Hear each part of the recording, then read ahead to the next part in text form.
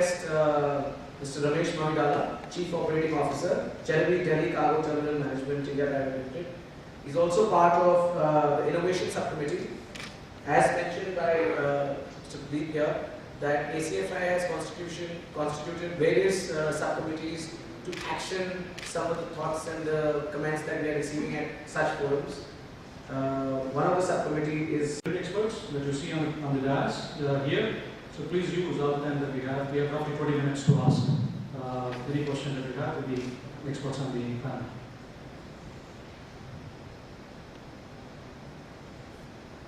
All right, so as you think through what you want to ask, I've got a question to ask Ram. Ram, a lot of airlines and airports in India, as we have been discussing over the last 1 or 2 years, as we start working on improving infrastructure in India, we want to understand your advice as to how we can actually develop some of the key airports like Mumbai, Delhi, or Hyderabad, or Kolkata as international hubs, especially for air cargo.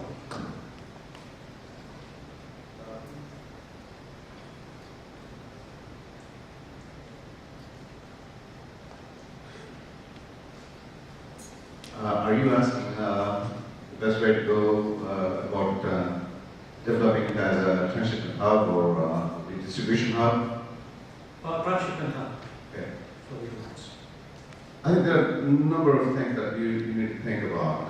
First of all, is do you have the facility to facilitate that? Biggest challenge, of course, is the interference of customs. I mean, we are our own experience with India. I mean, this morning we were talking about India as several countries, not just one country. And that's exactly the way the customs behave in every state, every station is different.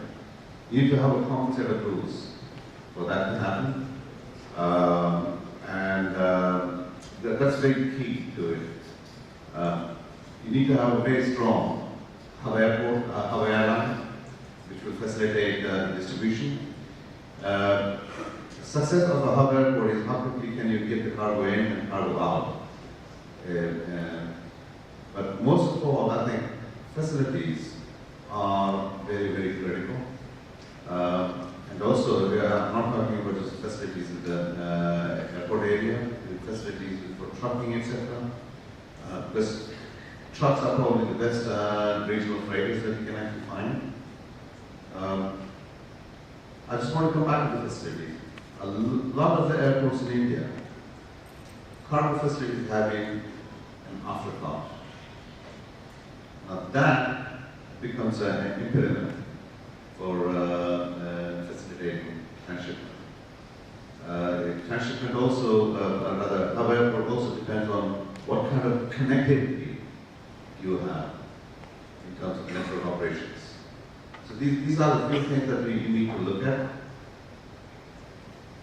Should that answer your question? Yeah, absolutely. Any questions that you have? Can you go there?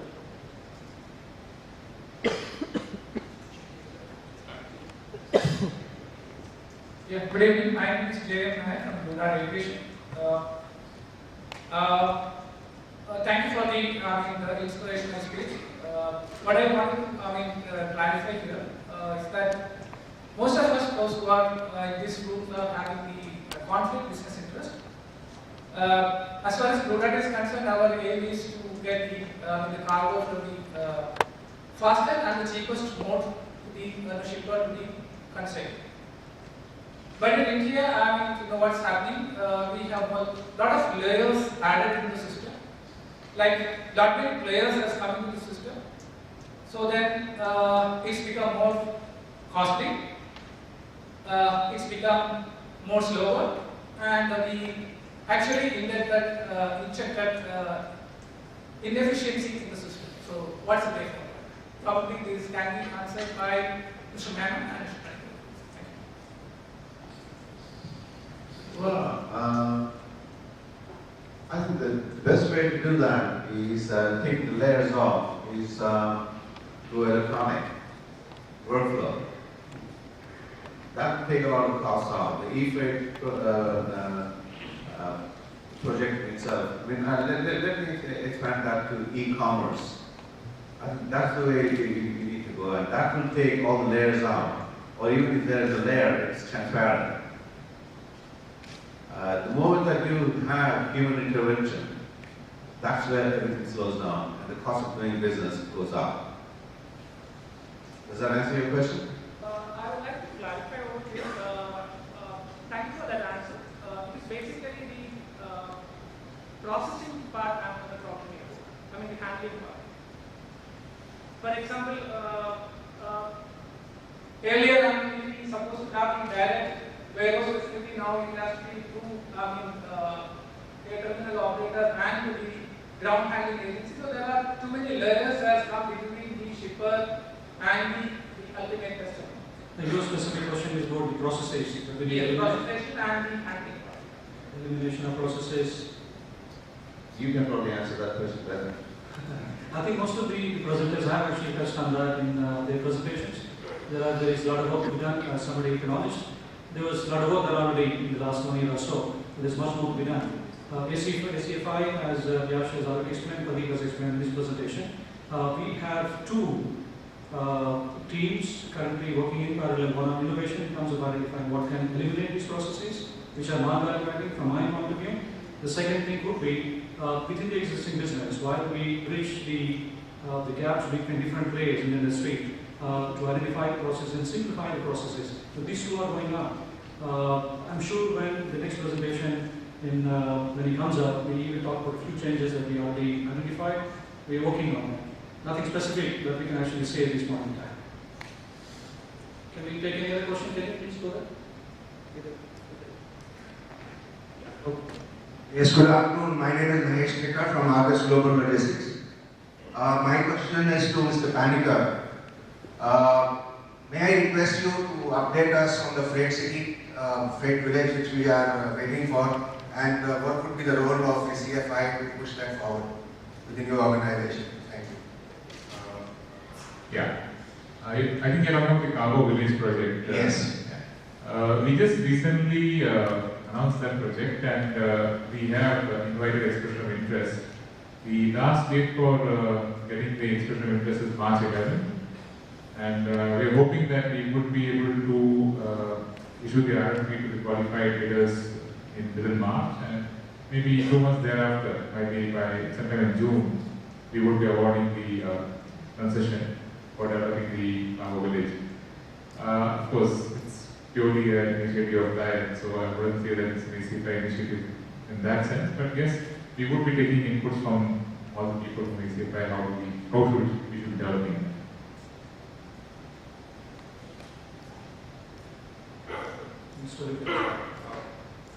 I'm Vipin here from Lufthansa, but I think I guess. It's better? Okay, thanks, Schwartz. Okay, I have no questions actually, it is just a recommendation. I think we should start using word I actually, Air Cargo Forum India. I think we really need to expand the circle and make sure that we really have people. Of course, we have someone from Bombay, but also someone from South, so that the forum becomes bigger. And I don't want to say much, but my experience is the day we improve the processes, I think the 50% of the problem will get over. And we have also done some studies from airline side, and if we adopt the best practices within India, forget even about other airports, of course, it was very nice of hearing about Dhaka, because I'm also responsible for Dhaka, that now I can share with them actually that customer feels so high about Dhaka and Colombo, which was very nice. But I think so far we have not really availed whatever is existing in India, and some processes are very good in Bangalore, the other one is in Bombay. So I think our next target should be on FASTag. I used a very good term. FASTag is a very good term, especially after this incident in Delhi. I think FASTag boards and all. So I think we should really put it on FASTag and adopt the best practices within India. I think that is just a recommendation, and it will really work very fast. Thank you. Thank you, Mr. Vikram. I appreciate that. Can you move it, please? Dushyant from Bombay. The point is continuing from where my friend Vipin just left. This inclusive participation is need of the hour, as Mr. Shantanu just conveyed. Because way the things are, if we see the statistics today, our growth rate as a country falling from 9% to below 5%, matter of great concern to all of us here. The lead time for clearances, when we look at total turnaround time, other airports it is 3 hours and 4 hours. In fact, that much time by the time a truck doesn't even get entry into our air complexes.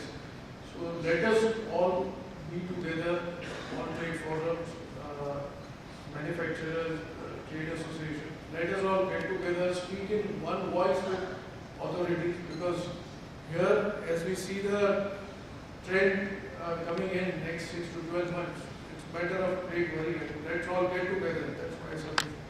Absolutely. I think there is a great need to be more efficient. Would you like to ask that to anybody or?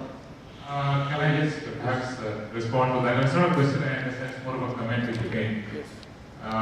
The Air Cargo Forum actually is looking at working in this direction to simplify the procedures. We are looking at this from 2 angles. The first angle is what's internal to us. I mean, the non-government, non-regulatory stakeholders. And today, some of my colleagues will be putting forth something which we have been able to discover within our own system if they are inefficient. Maybe these inefficiencies are crept in because of the other systemic inefficiencies which exist due to either the governmental or regulatory reasons. But yes, there are places where we can improve our own competencies, and we are working on that. And once we deliver and show that, then we can go back to the government with much more credibility and say that, see, this is what we have done. We have set our house in order. Now it's basically for you also to set the house in order. Both of these fronts we are acting tackling. The subcommittees we have looked at, in fact, quite of the ideas or the thoughts which have come out of the conference in this way, both from the government side and also from farmer side, have also been echoed by some of the other people there. In fact, shippers do participate in the subcommittees. They do come out with a lot of recommendations, a lot of ideas, and these are also being implemented internally. We are looking at from all aspects. The airport itself, in the terminal operations, on the ground handling front. Yes, I mean, earlier, like one of the participants mentioned there was only from India, DM mentioned that there was only one airport operator and everything is supposed to them. And now there is the airport operator, the cargo terminal operator, ground handler. Yes, there are these agencies now. But in spite of these agencies, number of agencies coming in, the delta has come down. So what we are looking at is still how do we improve the time. These agencies are here to exist. They will not go away. They are there almost all of the developed countries. But yes, the dwell time there is much lesser. 4 hours and 5 hours, 500 a year. That's what we are also now looking at. Thank you. Thanks, Pradeep. I have a question. I have a question to Mr. Rakesh Prashar. Bashir, you just mentioned that the forwarder is expected to deliver a shipment in the middle of the night, the moment the patent expires. What does that mean? Yeah, what happens is that the regulatory authority issue a patent to the patent holder, who is the originator, right? Now what happens that there is the expiry of the patent. Now regulatory authorities allowed to enter other competitions or that the person who has information or approval or first to file. So the person who got approval from that authority, he can put that product in the market on the day when the patent expires. Now patent expiry date is always midnight. Suppose patent is expiring today. I cannot touch that ground, that material cannot touch that ground before 12 o'clock midnight. So my product has to land there after midnight of that day. So that becomes a challenge as far as logistics is concerned. If you suppose land before 12 o'clock, he can sue you because you are infringing the patent. So you have to be after 12. Now it depends upon you how fast you do it. Because by 6 or 6:30 your product has to be there in the pharmacies. So then there, again the supply chain play a very, very important role. Yeah?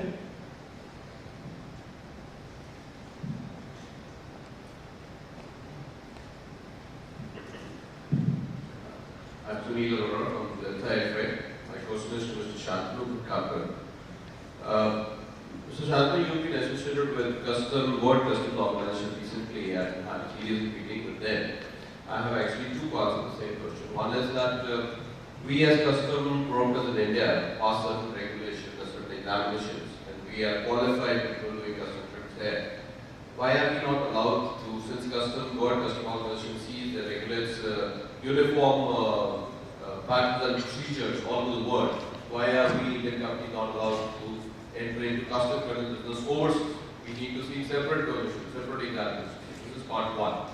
Second question is that since you've been representing as leading the parent body of all forwarders association, why is Government of India or why are people sitting on the political dais are not proactive when it comes to change of policies or change of regulations? As you say, infrastructure is one part, but change of regulations and change of policies is a very, very important thing. These are two questions, and of course I would like Mr. Ram also to comment on that, since he has been at various higher positions representing AMI and the trade all over the world. Is it the same opinion and view in the other countries like Dubai or Europe or something like that regarding change of procedures and regulations? Fast. Like little complex, because in most countries a custom broker needs to be a citizen of that country. Now for all the countries to change this particular regulation doesn't come in domain of World Customs Organization. They are in fact working on globally connected customs, which will be a big step. What data you put for export becomes import data. But on the other hand, it will lead to disintermediation. We will need a custom broker only at one point. The job role at other end would vanish. So it is good and bad. Personally, I feel it is good because a liberal regime always helps trade and it helps us to grow. On the other hand, see, doing forwarding in different countries is different from doing customs in different countries, because custom laws in different countries are still very different. The concerns are very different. In USA, for example, the biggest concern of customs is security. Biggest concerns in India is revenue. So the concerns are different in every different country. So unless you take local people, you can't do it. But as a local delta, if you start an office in USA, you can be a custom broker so long as you hire a US citizen to be a custom broker, as they call individual, what we call Rule 9 or Rule 8, they call a custom broker, which you can have. So I think more or less what we want does exist, and Europe is almost deregularized, the Western Europe. I think second part of question, in fact, nobody can answer why regulators are taking so long. In fact, in last 1.5 years, I have visited CPEC almost 20 times. And every time we go, we come out with great expectation and great hope, because when we talk face to face, we feel they are convinced. We feel they are going to do exactly what they have asked for. And I think ACFI had similar experience right now with their experience. And they do exactly the opposite. Largely, I don't think we Indians and particularly the government changes only when we are compared to even 91 reforms didn't come out of convictions or courage, they came out of compulsion. And sadly, it was an external compulsion which made us to take radical reforms like liberalization of 91. So probably we are looking for it, and what we hear right now is garment industry has moved to Bangladesh and there is no pilferage at Dhaka. And we know where is the pilferage in Indian chain. We know who takes away samples, we know which security and which stakeholder does what. So when the fence itself is eating into the area which they are supposed to protect, I think that's a challenge we have, and that's where I think at cost of repetition we kept on saying that all stakeholders, including exporters, need to come together. And I think that's one grievance we have with the customers. Apart from individual, like FIOs and 50s and CII, don't consider these issues as importance of big importance to them. Like what Bombay Chamber would call big ticket items. Whatever we discuss for them are not big ticket items. So for them also they are low priority items. That's another, I think, grievance we carry, and that's another side situation. Just going on to your customs brokers point, lot of the countries are actually going the AEO way, the authorized economic operator. Because for any country, any customs, they need to have somebody accountable in the country where cargo is being cleared or imported into. And they need somebody whom they can hold accountable, and the AEO's accreditation sort of does that. But I think for with AU now they have MRA also, which is mutual recognition agreement. So AU is followed. So if India accepts it and we are part of that system, your AU would be valid in Canada or USA. So they have a mutual recognition agreement. Thanks, Mr. Chandra. Mr. Rao. Hi, I'm Rudra Patel from UPI. My question is regarding multi-country consolidation. The question is to Mr. Ram. If you update us about the processes which are there at the Dubai airport for multi-country consolidation, I'm sure this will help us planning our, transshipment, creating a transshipment hub for India. Multi-country consolidation. For us, the Dubai airport, for example, that's a free zone, and we are allowed to do anything within that free zone which doesn't have the customs interaction. Customs only, we only report to the customs, so we can bring in cargo from all over the place, and we do that for several customers of ours, and consolidate and forward it to the destination. And we can also do the vice versa, bring in consolidation and do a multi-country break bulk and forward.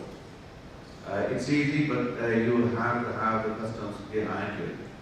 Without the customs being behind you, it ain't going to work. And I see a lot of challenges unless there's a complete reform in the Indian customs situation. Just to tell you, Varun, we don't need paper anymore for clearance in Dubai. Yeah, if they're telling me to ask them to contact me. Can I give a suggestion? It's not a question actually. To Mr. Panikar, because he's the president and the chairman of the ACFI. Sir, it will not be okay that if we present or present a white paper of the industry requirement as together we can, everybody together, put in their imports, and once in a year, we can go to the government of India and give that paper. This is the consolidated requirement for us today and what we want for the next few years, which may include the customs requirements or infrastructure requirements or facilitation requirements, including the requirements for specialized industries like pharma or garments and all that. That one compiled paper, like this goes to government of India for this year. This is what we need right now. I think what you have done is perhaps the biggest experiment is co-racing, right? And I must admit that, sitting here, I was having quite similar kind of feeling. And there was request coming in from various people also that they should be part of this program. But yes, we are working on various initiatives. We're looking at smaller chunks. But what we're talking about perhaps is a macro perspective, an overall white document, saying that this is what we need and this is what we deliberate with you on this. So I think it's a very valid point, very interesting thought. And I think we can take this as one of the things that we can practice. Thanks, Pradeep. We possibly have If I can just add on to that, the experience that we have internationally is that just the paper isn't going to help you. Dealing with any government, you need to have a lobby, a very strong lobby, and the lobbying gets better towards the election time. Thanks, sir. Can we have the last question from the audience?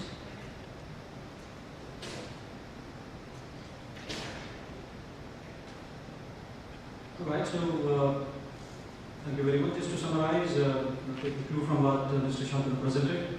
We are doing a good job. That is why we are not here. That is absolutely correct.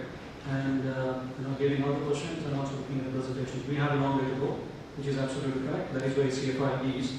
So we say together we can, and we can. Thank you very much for all the questions. Thanks for your words.